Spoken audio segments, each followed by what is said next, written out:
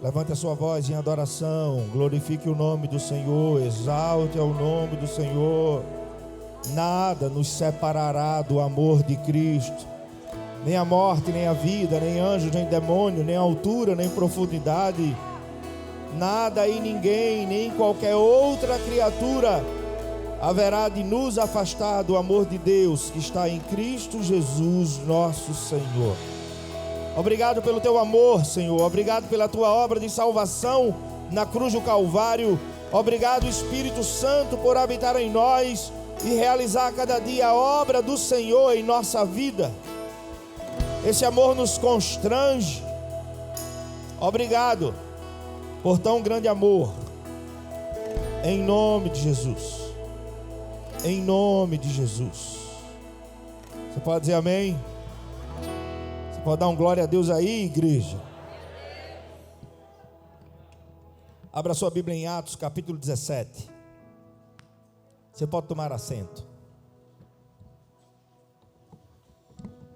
Deixa sua Bíblia aberta em Atos, capítulo 17. Iremos passear aqui nesse contexto a partir do verso 16. Paulo em Atenas, uma cidade idólatra. Atos capítulo 17, iremos passear pelo contexto dos versos de 16 a 34, que o Espírito Santo de Deus continue a se mover nesse lugar e falar ao meu e ao seu coração. O apóstolo Paulo se encontra em Atenas, e naquela cidade Paulo pôde ver facilmente como reinava a idolatria. Atenas era uma cidade cheia de ídolos. E enquanto esteve em Atenas, Paulo ia todos os dias às sinagogas e às praças para pregar aos judeus e aos gregos tementes a Deus. Você pode ir dando uma olhada aí nesse texto, não vou ler ele todo.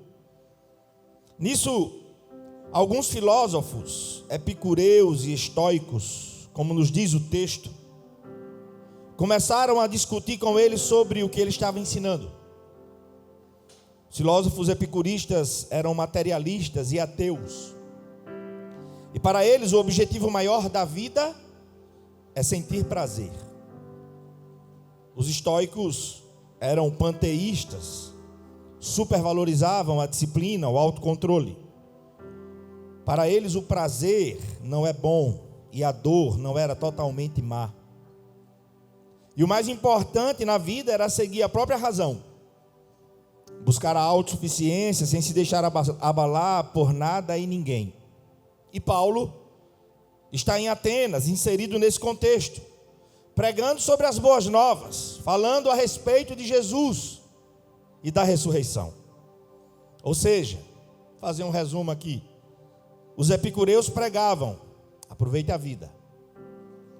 Os estoicos pregavam, suportem, aguente a vida.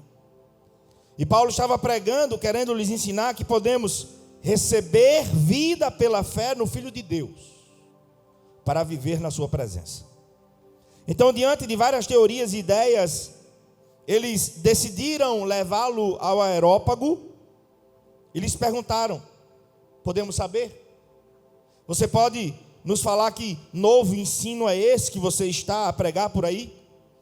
O Areópago era o local onde se reunia o tribunal ateniense, os filósofos e os que se interessavam pelo que era discutido ali. E Paulo, aproveitando a excelente oportunidade que foi dada, fica de pé no Areópago e começou a pregar. Observe aí, a partir do verso 22. E Paulo disse que viu como dominava a idolatria naquele lugar. E chamou a atenção de Paulo, porque existia um altar com a inscrição: ao Deus desconhecido. Se você não conhece ele, você vai conhecer hoje, em nome de Jesus. E ele aproveitou a sacada, inspirado pelo Espírito de Deus, e afirmou que pregava exatamente sobre aquele Deus que eles não conheciam. E Paulo diz assim, a partir do verso 24: esse Deus que é desconhecido por vós, é o único e verdadeiro Deus que existe. E ele diz por quê? Olha aí na sua Bíblia. porque Ele fez o mundo e tudo que nele há. Esse Deus, Ele é o Senhor dos céus e da terra. Ele não habita em santuários feitos por mãos humanas. Ele não é servido por mãos humanas como se necessitasse de algo, porque os ídolos precisam ser levados, precisam ser feitos pelas mãos dos homens, mas o Senhor não. Ele fez os céus, Ele fez a terra, Ele fez a mim, Ele fez a você, Ele fez todas as coisas. É Ele quem lhe dá a vida. Você só está vivendo esse dia porque Ele te conservou com o fôlego da vida. E o apóstolo continua: esse Deus de um só fez todos os povos para que povoassem a terra. E Paulo diz que o Deus vivo e verdadeiro fez tudo isso para que os homens o buscassem. E talvez, tateando, pudessem encontrá-lo, muito embora Deus não está longe de nós. Leia comigo o verso 28 até o verso 31. Está escrito: pois nele vivemos, nos movemos e existimos. Como disseram alguns dos poetas de vocês, também somos descendência dele. Assim, visto que somos descendência de Deus, não devemos pensar que a divindade é semelhante a uma escultura de ouro, prata ou pedra, feita pela arte e imaginação do homem. No passado, Deus não levou em conta essa ignorância, mas agora ordena que todos os homens, em todos os lugares, se arrependam, pois estabeleceu um dia em que há de julgar o mundo com justiça, por meio do homem que designou, e deu prova disso a todos, ressuscitando-o dentre os mortos. Dê um glória a Deus, irmão. Diga assim: em Cristo eu vivo, me movo e existo. Entenda isso em nome de Jesus, porque é nele e somente por causa dele que vivemos. É por causa de Jesus que estamos aqui hoje, é por causa dele que estamos respirando. Quando o Senhor criou o homem, nos relata Gênesis 2, verso 7. Então formou o Senhor Deus ao homem do pó da terra e lhe soprou nas narinas o fôlego da vida. E o homem deixou de ser um boneco de barro e passou a ser alma vivente. Sem o sopro de vida que foi liberado por Deus, Adão não passaria de um boneco de barro. Mas só porque Deus sopra o fôlego da vida, ele se move, ele existe, ele pode viver. Ele passou a ser alma vivente com a permissão de Deus. Você está vivo porque Deus está permitindo você viver. E se você está vivendo é porque Ele tem planos para a sua vida. Olha só que coisa linda. Olha o que diz o Salmo 104, verso 27. Escute apenas. Está escrito: todos eles dirigem o seu olhar a ti, esperando que lhes deis o alimento no tempo certo. Se o Senhor der, nós recolhemos. Se o Senhor abrir a mão, recebemos as bênçãos. Quando Ele esconde o rosto de nós, entramos em pânico. Quando Ele retira de nós o fôlego, morremos e voltamos ao pó. Quando sopras o teu fôlego, somos criados e renovas a face da terra. Esse texto de Salmo 104, versos de 27 a 30, diz de forma explícita que todos nós dependemos do Senhor.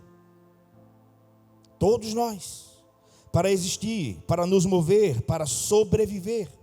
No verso 29, Paulo mais uma vez adverte aos atenienses sobre o equívoco, sobre o erro cometido por muitos, de pensar e aceitar que a divindade possa se assemelhar a uma escultura, seja ela de ouro, prata ou pedra, que é feita pela arte e pela imaginação de um homem.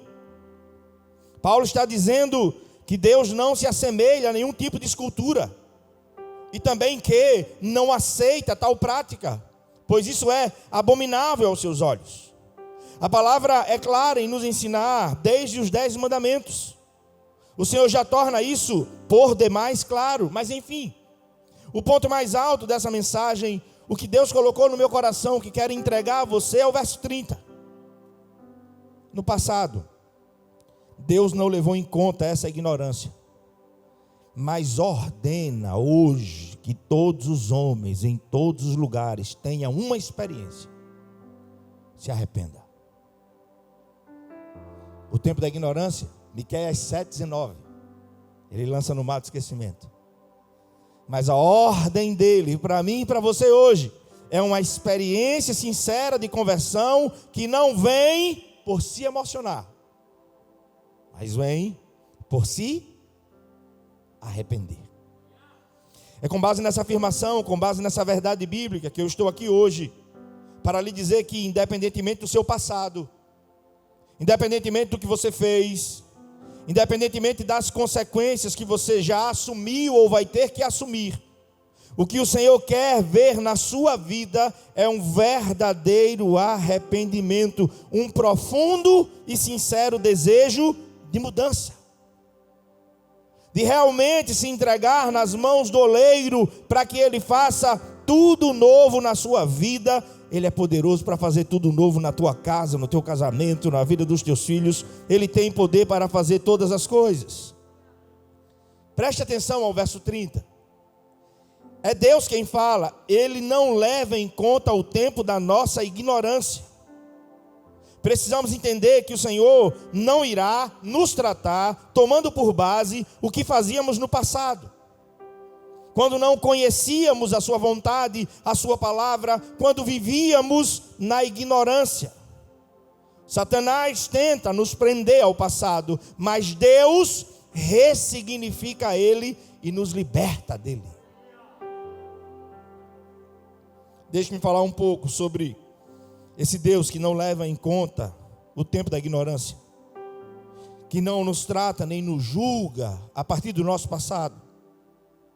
Êxodo 3, verso 13 e 14, disse Moisés a Deus: eis que quando eu vier aos filhos de Israel e lhes disser, o Deus de vossos pais me enviou a vós, Deus, eles irão me perguntar, qual o nome dele? Como é que ele quer se revelar a nós? Disse Deus a Moisés: você vai dizer a eles, eu sou o que sou. Disse mais, assim dirás aos filhos de Israel, o eu sou me enviou a vós. Você sabe quem é o eu sou? Ele está aqui hoje. Ele está agindo nesse lugar hoje. Entenda um fato bíblico. Na Bíblia, Deus tem vários nomes, e cada um deles representa a forma como ele deseja se manifestar de maneira específica em determinados contextos ao seu povo. Nesta ocasião, Moisés está atrás da autoridade de Deus sobre a vida dele. Eles irão me perguntar, quem te enviou? E Deus decidiu se revelar como eu sou. No texto original, quando Deus é benevolente, ele é chamado de eterno, nome que representa a sua misericórdia e eternidade. Quando na Bíblia se manifesta exercendo o seu poder de juiz e soberano do universo, ele é chamado de Elohim. Quando realiza milagres e atos soberanos, manifesta-se como El Shaddai, todo-poderoso, onipotente. Entenda que a pergunta feita por Moisés a Deus pode ser compreendida da seguinte forma: qual é o teu nome? Como o Senhor deseja se revelar a esse povo na ocasião da libertação do cativeiro? Qual o seu nome? Foi Moisés quem perguntou. É bem verdade que Moisés e os judeus já conheciam os diferentes nomes de Deus, mas com essa pergunta, qual é o teu nome, o que Moisés queria saber é como o Senhor quer se revelar a eles, que experiência o Senhor deseja lhes proporcionar. E Deus diz, diga a eles que o eu sou te enviou. É enriquecedor e interessante estudar a Bíblia em seus detalhes, porque eu sou, este verbo, em apenas uma única forma, produz passado, presente e futuro. Em uma única forma, passado, presente e futuro ao mesmo tempo. Quando Deus se revela a Moisés como eu sou, Ele está indicando a sua natureza eterna e imutável. Ou seja, Deus está dizendo assim: Moisés, eu sou aquele que era, eu sou aquele que é, eu sou aquele que sempre será. Passado, presente e futuro.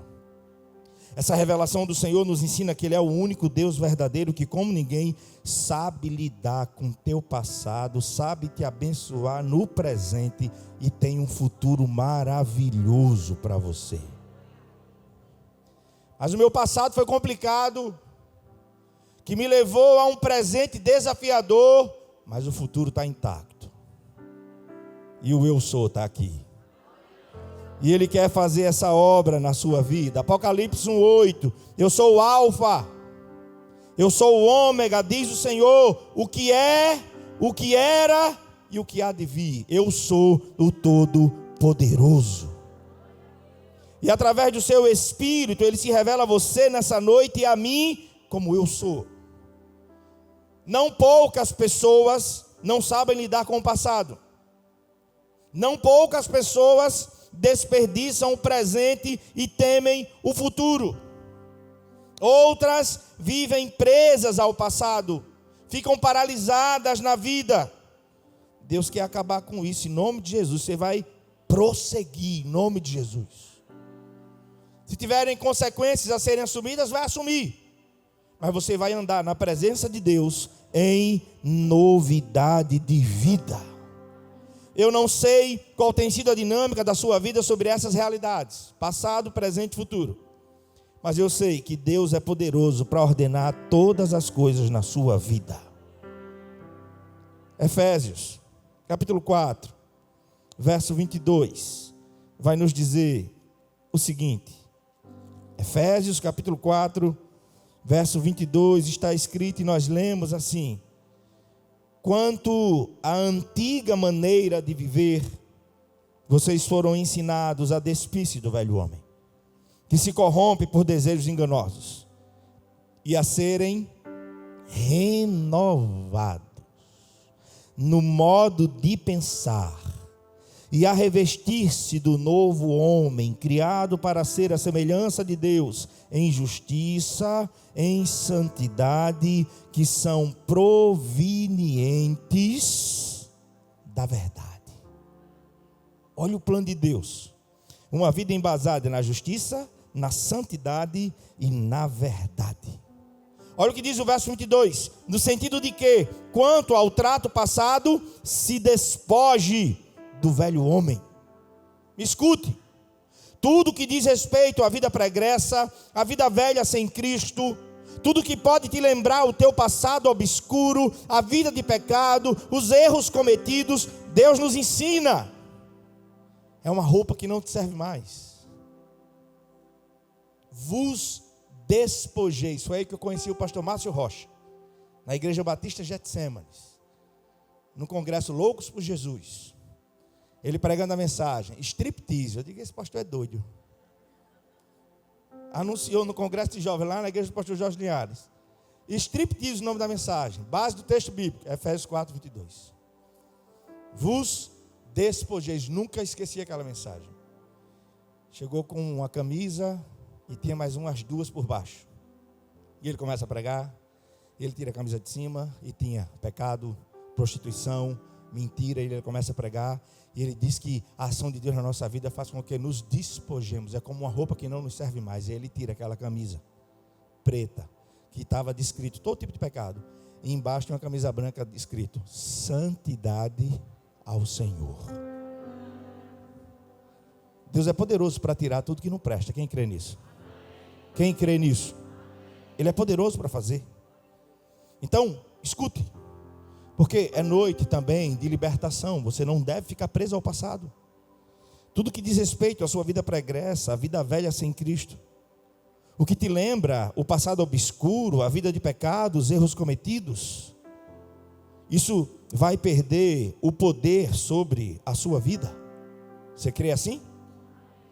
Alguém pode se questionar, pastor, e quanto aos pecados e erros cometidos no passado? Se existirem consequências, você terá que assumi-las, porque Deus é justo. Mas eu tenho algo muito importante a te dizer. Guarda esse texto no seu coração. Quem é, ó Deus, semelhante a ti, que perdoas a iniquidade e te esqueces da transgressão? Ó Senhor, o Senhor não retém a sua ira para sempre, porque Ele tem prazer na misericórdia. Tornará a ter compaixão de nós, pisará aos pés as nossas iniquidades e lançará todos os nossos pecados nas profundezas do mar. Miqueias 7, 18 e 19.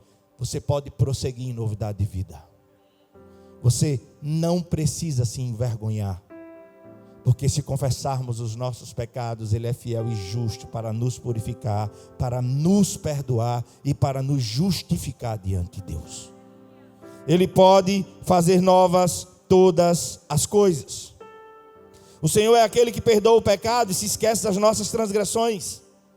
Quando nos arrependemos, Ele tem compaixão de nós, e diz o texto que Ele lança no mar do esquecimento os pecados e a vida antiga, quando nos arrependemos. Sobre o passado ainda aprendemos algo com Davi, pois existem coisas, fatos do passado que é saudável trazer à memória. Quando Davi foi enfrentar Golias, antes de ir para a luta, ele disse assim, 1 Samuel 17, 37, disse mais Davi: Deus me livrou lá atrás das garras do leão e do urso. Ele está olhando para trás, irmão. Deus me livrou, eu estou trazendo à memória o que me dá, e agora, no presente, Ele vai me livrar desse incircunciso filisteu. Traga à memória o que te dá esperança. O que fez Davi? Considerou os feitos do Senhor que já havia sido realizado em sua vida. Ele fez tudo novo na vida de Davi, e ele está aqui hoje, irmão. Ele é o mesmo ontem, hoje e será eternamente, e Ele quer e pode fazer essa obra na sua vida. A condição é uma. Qual é a condição? Que você se emocione, que você sinta um remorso, porque o remorso te faz retroceder no momento. Remorso é diferente de arrependimento. Quando nós nos arrependemos, a nossa vida muda. Deus não leva em conta o tempo da nossa ignorância, mas ordena hoje,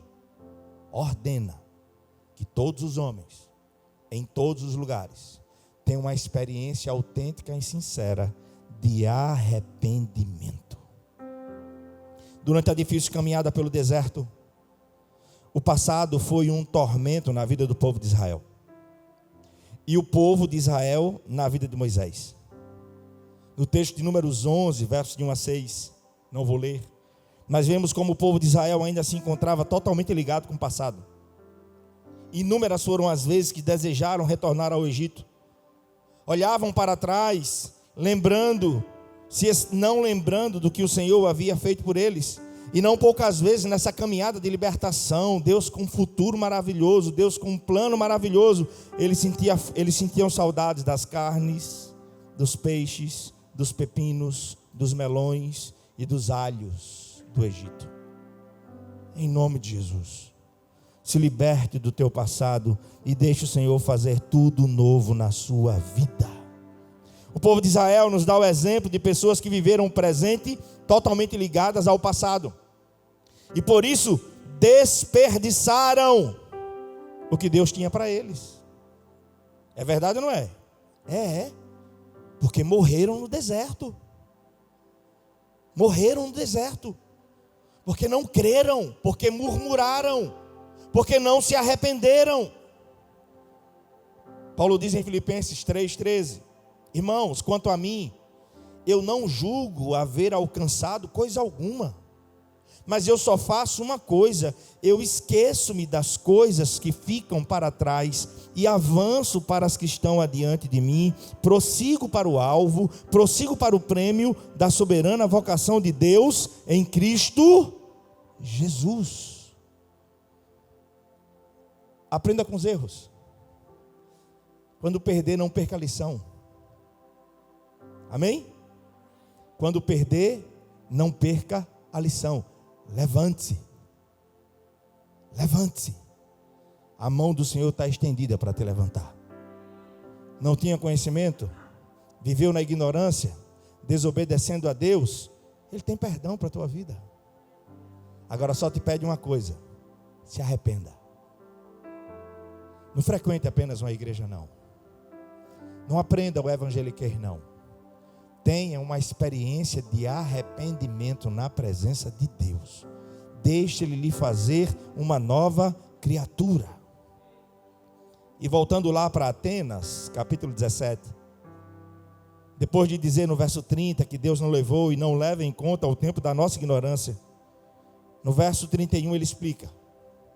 Ele diz o porquê que Deus agora ordena em todos os lugares que todos se arrependam. Por que Deus ordena isso? Verso 31. Porque Ele mesmo estabeleceu um dia que haverá de julgar todos com justiça, por meio do homem que Ele designou.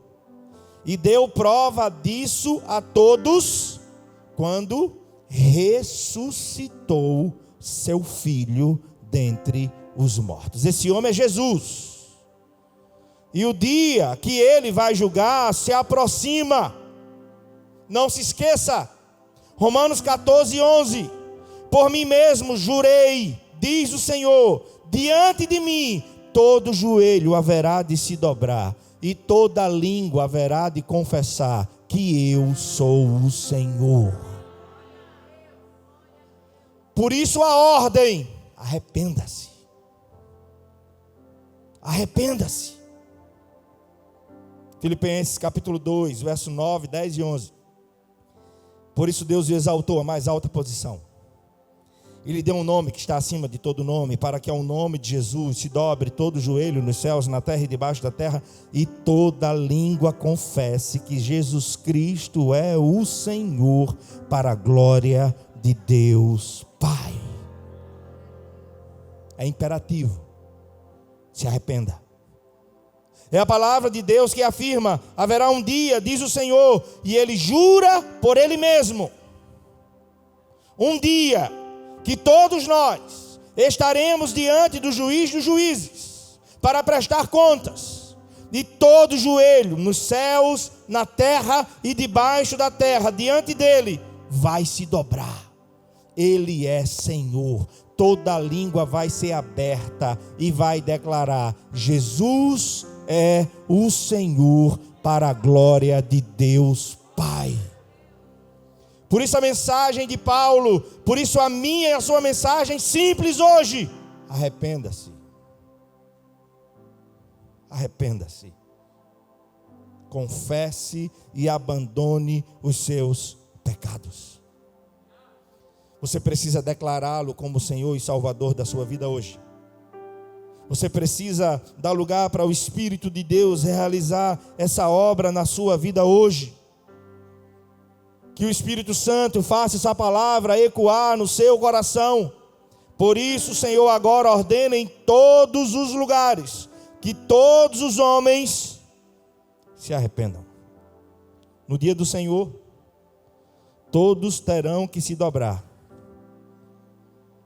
E muitos se dobrarão para receber a devida condenação. Mas se você o fizer em vida, você o fará para a salvação naquele grande dia. Olha o que diz Isaías 55, versos de 6 a 9. Busquem o Senhor enquanto é possível achá-lo. Clamem por Ele enquanto está perto. Que o ímpio abandone o seu caminho, o homem mau os seus pensamentos. Volte-se ele para o Senhor, que terá misericórdia dele. Volte-se para o nosso Deus, porque Ele de bom grado dará o seu perdão. Aí Deus fala: porque os meus pensamentos não são os pensamentos de vocês, nem os seus caminhos são os meus caminhos, declara o Senhor. Assim como os céus são mais altos do que a terra, também os meus caminhos são mais altos do que os seus caminhos, e os meus pensamentos mais altos do que os seus pensamentos. Assim como a chuva e a neve descem dos céus e não voltam para eles, sem regarem a terra e fazerem brotar e florescer, para ela produzir semente para o semeador e pão para o que come, assim também ocorre com a palavra que sai da minha boca. Ela não volta para mim vazia, mas fará o que desejo e cumprirá o propósito para o qual a enviei. Por mim mesmo jurei, diz o Senhor, haverá um dia que todo joelho vai se dobrar e toda língua vai confessar: Jesus é o Senhor para a glória de Deus Pai. O que é que Deus falou comigo, com você nessa noite? Olha para quem está falando e diga assim: arrependa-se. Para quem está do outro lado, diga: arrependa-se. Feche seus olhos.